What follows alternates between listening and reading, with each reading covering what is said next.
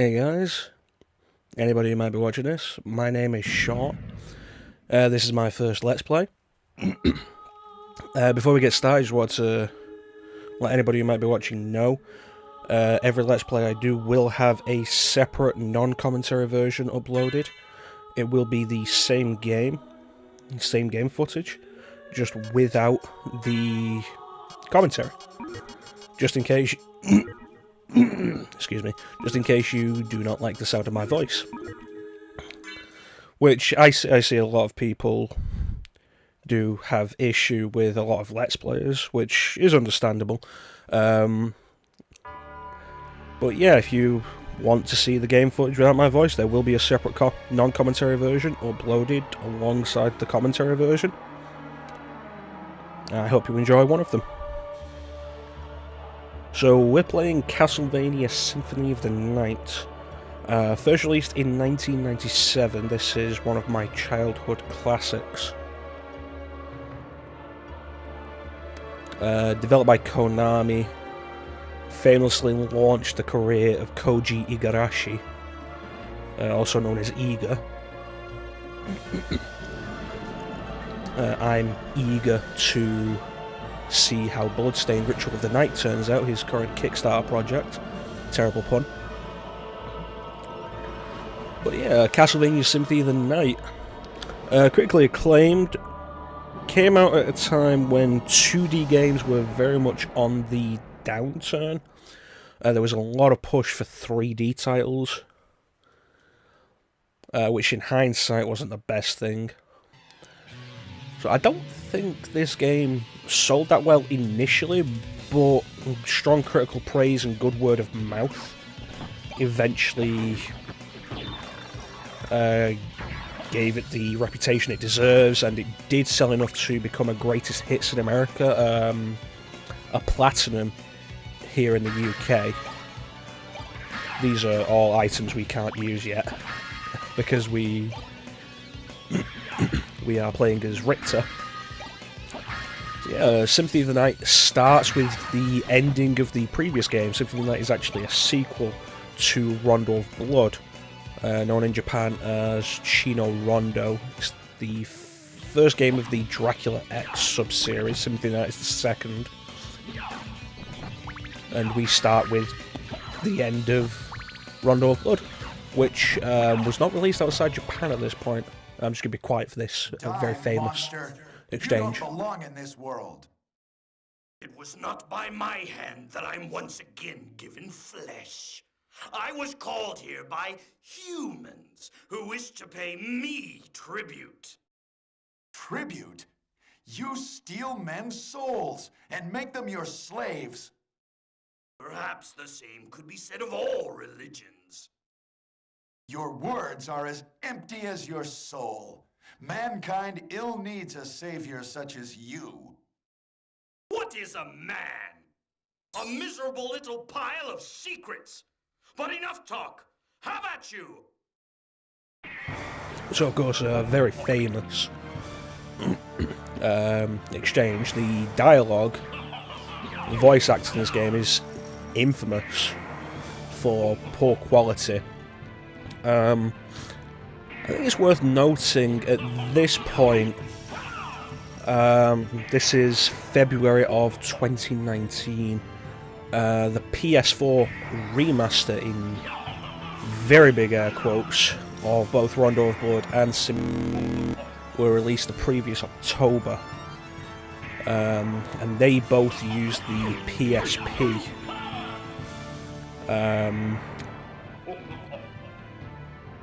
I would say dialogue, but I played through all of Symphony of the Night on the PS4 version, the Requiem version, and it is just the PSP version that they've put on the PS4. We'll possibly get to that game at a later point if I keep doing Let's Plays long enough, we'll see. Because Symphony of the Night is a game I'm probably not just going to play through the once. I mean, like I say, Requiem came out like 4 months ago, and I've played through it. I've played through Symphony of the Night. on Requiem. I'm not going to get the Holy Water because it'll lower Alucard's stats when we start the game proper. So I do apologise for how slow this is. I should probably use a cross.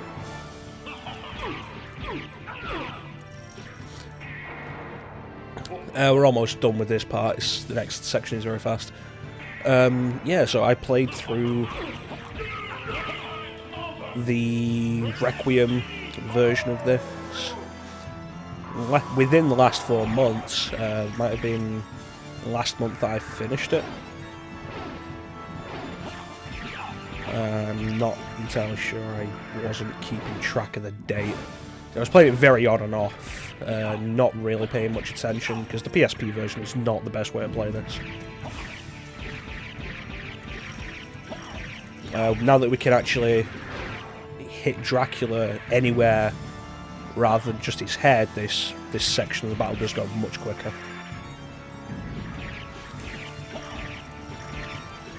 So yeah, oh, that was close.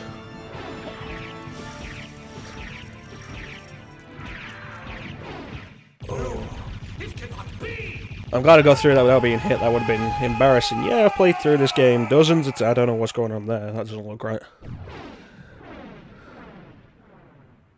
Huh. But yeah, no, I've played through this game dozens of times. Watch me get hit in the opening battle. That's actually very easy. Yeah, let's do a dramatic reading just for the sake of it. It was Richter Belmont, the legendary vampire hunter, who succeeded in finally ending the menace of Count Dracula, lord of the vampires who had been brought back from the grave by the dog priest Shaft. However, one night 4 years later, under the glare of a full moon, Richter mysteriously vanished. With no idea of where to begin her search, Maria Renard set out to look for him. It was then that fate intervened. Castlevania, the castle of Dracula, which is rumored to appear once every century, suddenly materialized from out of the mist as if to show her the way.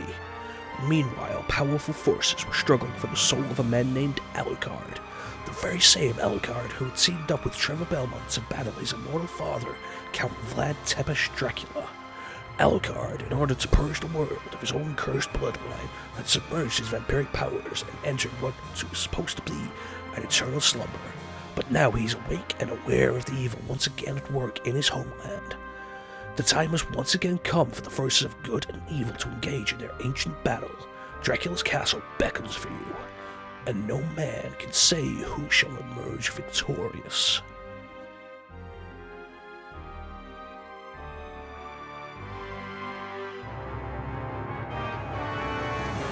Castlevania. In the Japanese version, this is actually all in English, which I find very interesting. It's a completely different script, though. There's a lot of English monotones to it. And instead of Castlevania, it says Dracula X. It also has a narrator speaking it entirely in English, which, again, is interesting.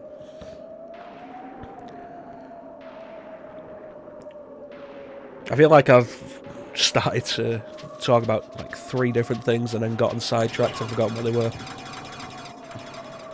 Okay, so now we have Alucard, very different to Richter Belmont, or just Belmonts in particular. This is a shield dash.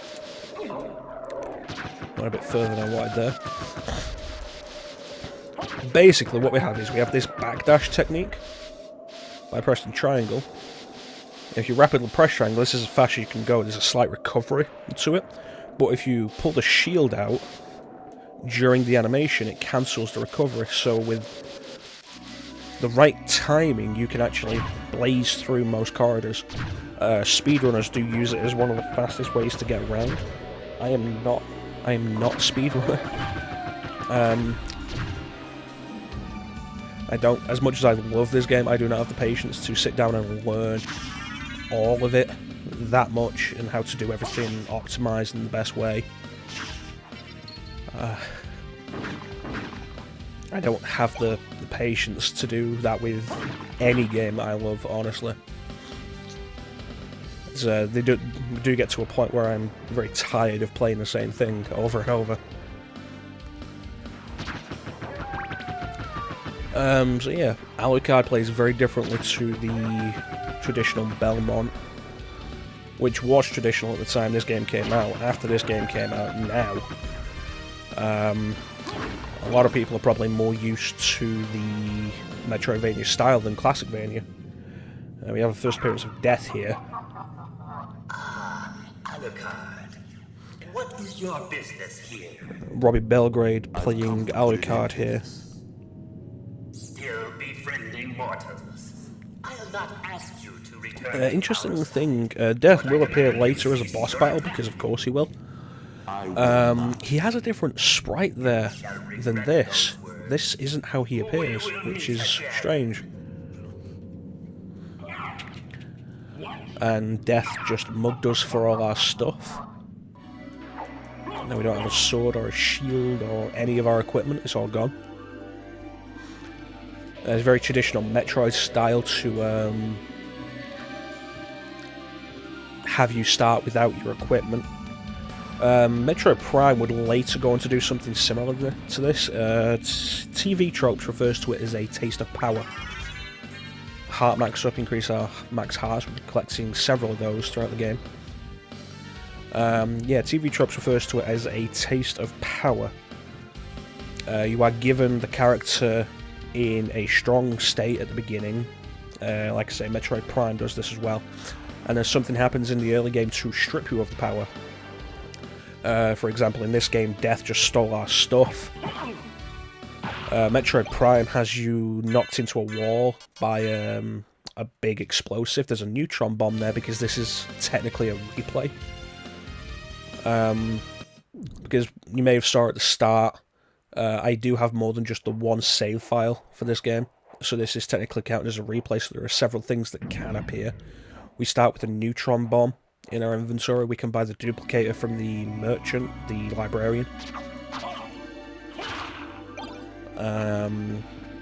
The Ring of Vada can drop later on in the game, which is a very broken accessory. The Cube of Zoe there is our first relic. It means things will drop from the candles, very traditional Castlevania style. But yeah, as I was saying, the taste of power. Metroid Prime has you knocked into a wall by an explosion, and then that deactivates all your abilities. You lose the charge beam, the missiles, the morph ball, the grapple beam, everything that isn't the power beam, basically. Darksiders is one of the more recent games I can think of that did it. You start off as War, fully powered to herald the apocalypse. Big health bar, big attacks, and then you beat a boss and all of it's stripped away from you. I can't really think of any other games that generally do that these days. I'm going to do here is a little trick, because at the moment we have the short sword. It's a decent enough weapon. I timed that wrong. I'll have to do that again. Okay, we'll give this one more try, and if I don't get it, then for the sake of the playthrough, I'll just continue. And we have the short sword. It's a decent enough weapon. It's a good starting weapon. What I am after is a weapon in the room above called the Bastillard, which, if I get it, I will show it off. Hopefully that Axe Knight isn't going to mess me up with his axes. There we go, perfect. Here we are, the Bastillard. If we take a look at its stats, it is actually slightly weaker than the short sword, but it is counted as a punching weapon, which means the attack animation is a lot faster.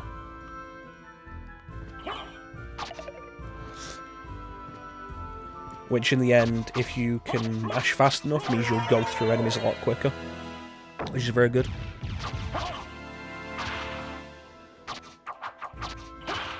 Yeah, aside from Darksiders, the original Darksiders where you played as War, I don't recall any recent games having you start off powerful and then removing your abilities or your equipment. But chances are I'm just forgetting something.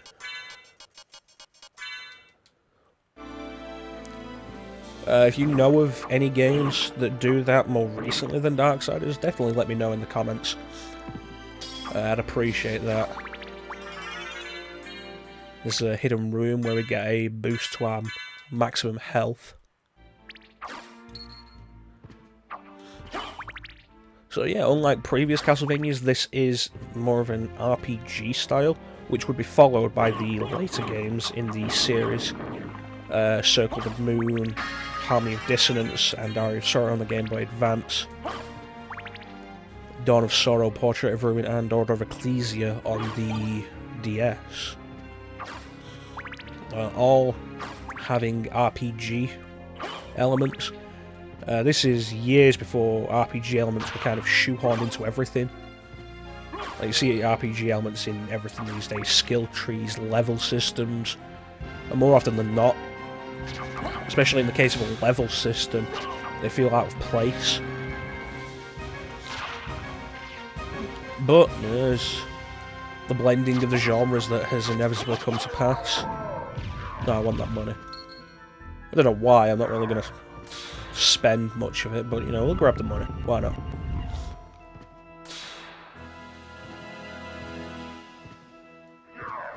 As far as the controls go, this game does play very well. It's very smooth.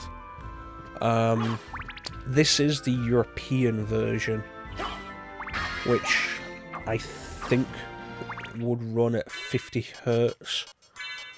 Because back in the day, there was a difference in power supply between Europe and the rest of the world. The rest of the world would have 60 Hz refresh rates on their TVs due to power consumption, I think. Whereas Europe would have 50 Hz, which means the TVs didn't refresh as fast. Which in general led to a lot of games being slower in Europe.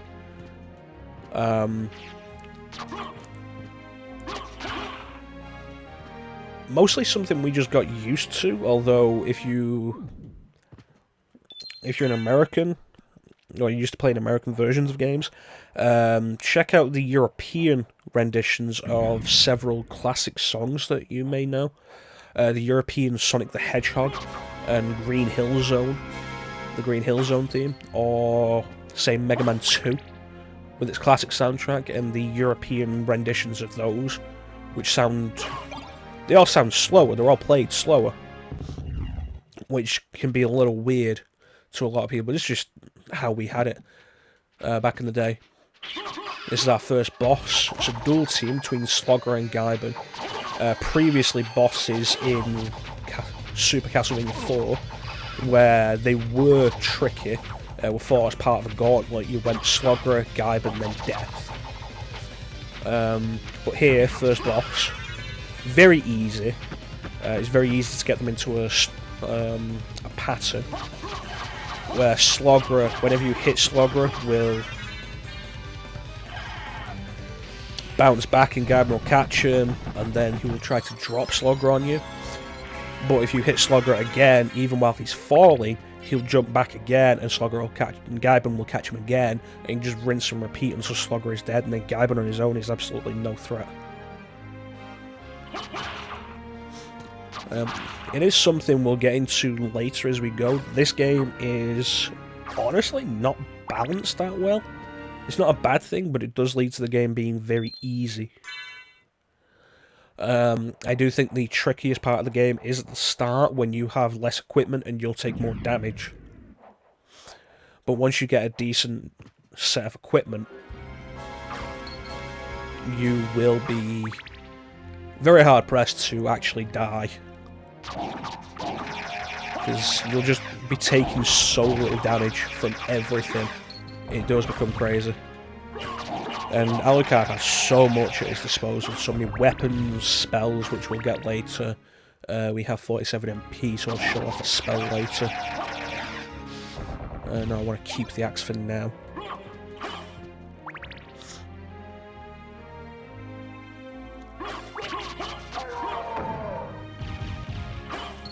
As we're starting to level up, we're taking out enemies faster. Oh, that's a good drop. The Bronze Cuirass doesn't usually drop this early for me. With its RPG elements, a lot of enemies do have drops that they can make, percentage based, which can be a good thing or a bad thing. You can end up with something like that where a better piece of armor drops early on. Only did 1 point of defense difference, so it's not that big a deal, but there are other drops that you'll want later on that you might want to grind for, like the legendary Crusader, which isn't the most powerful weapon in the game, but it hits 4 times with every swing. So, I mean, you do the math. 100 times 1 or 75 times 4, which does more damage. And the previously mentioned Ring of Varda is also a drop. The Flea Men, annoying as usual. We picked up the Holy Water. I'm going to be holding on to that for probably most of the game. It is very broken. Not quite as broken as Richter's Item Crash, the Hydro Storm, which I didn't show off, but it's a screen nuke that lasts an exceptional long time. You seem human, and yet... This is Maria Renard, who will be our supporting character. I've come to destroy this castle. Then we have the same purpose. Going back to the voice acting, which I briefly mentioned earlier, the PSP version did completely redo the dialogue and the voice acting. Type, I can see. Well, perhaps we'll meet again. I cannot, off the top of my head, name any of the voice actors involved with the PSP version. I think Yuri Lowenthal is in there, but I'm not entirely sure. The PSP version does get a bad rap because the voice acting, people say it makes it sound more generic, less distinctive. Having recently gone through the PS4 version, the Requiem version, which is an upscale PSP version, don't let Konami fool you with that, it is the PSP version.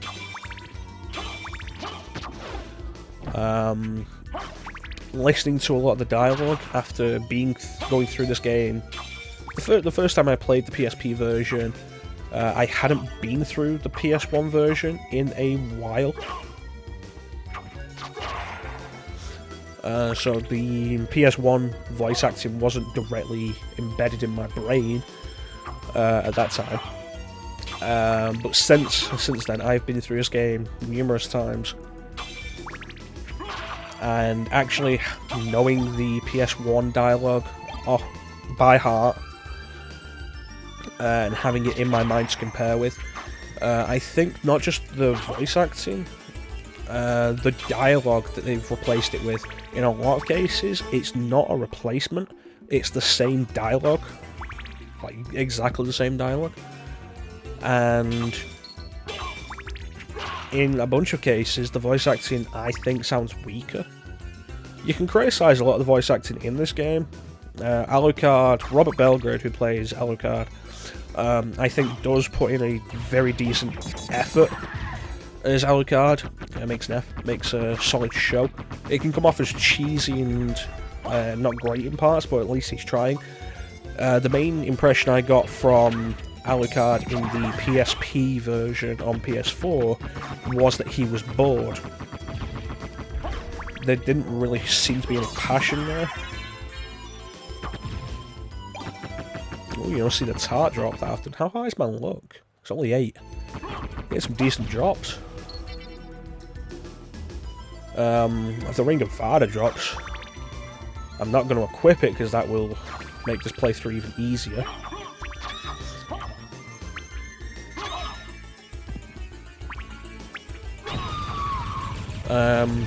But yeah, the PSP dialogue in a lot of cases was weaker, I felt. Not just the performances, like some of the performances are better. Richter Belmont in this game has probably one of the weaker voice actors. Although, interesting tidbit, the voice actor for Richter in this game is Scott Mullock, who played Chris Redfield in the original Resident Evil. Which may surprise several people that any of the voice cast of the original Resident Evil got work after that.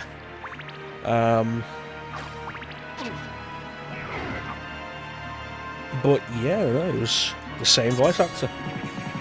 And again, at least one thing you can say with this game is at no point is the voice acting ever boring. You can have bad voice acting, but as long as it's not unbearably bad, just a little thing here, if you stand in this alcove for a moment, an elevator will lower you to the room below, which you are not supposed to get into. Just bumped the mic there, I apologise. I'll scratch my nose. Here, lowers you into this room, which you are not supposed to get into until you have the mist. So you can grab some items in there that you're not supposed to have yet. I'm not going to do that for the sake of not making this even easier. Yeah, like I say, none of the voice acting is boring or unbearably bad. It's laughably bad a lot of the time. There's a seagull here. If you leave this room and re-enter several times, there is a cycle of life. The seagull will eventually lay eggs. The eggs will eventually hatch, and the birds that hatch, the chicks that hatch from it, will eventually grow up and fly away on their own.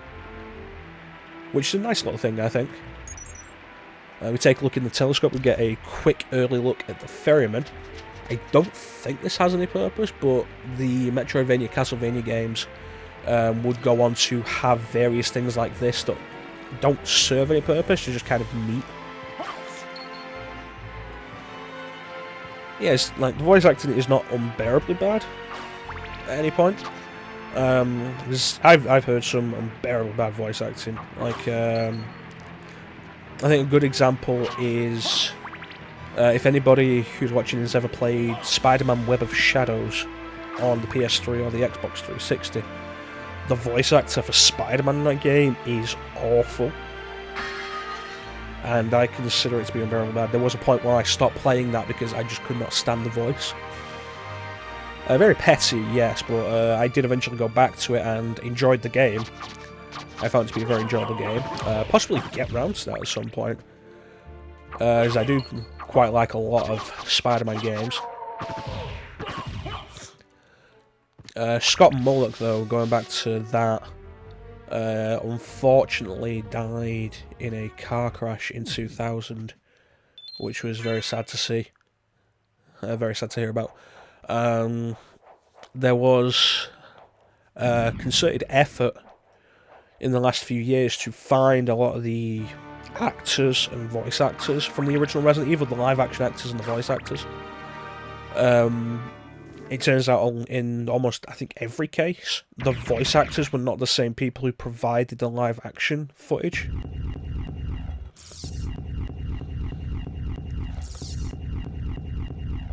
But if you look into that,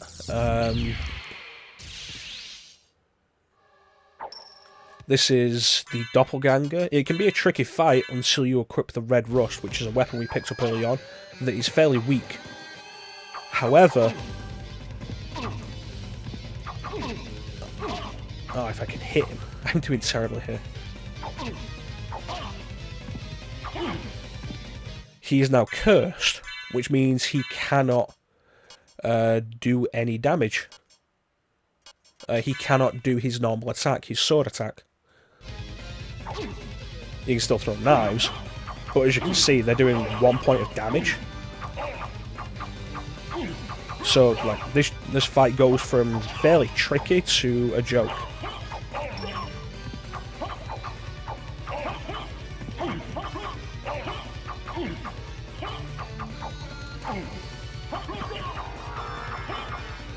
Get a brief look there at the bat. There's going to be a while before we get that ability. I'm not going to curse him again because if you look, he's only doing 3 points of damage. Already, like, this is a boss doing 3 points of damage. That's the second boss of the game. And I didn't even go out of my way to get the better armour that I could have gotten in that room that we're not supposed to be in yet.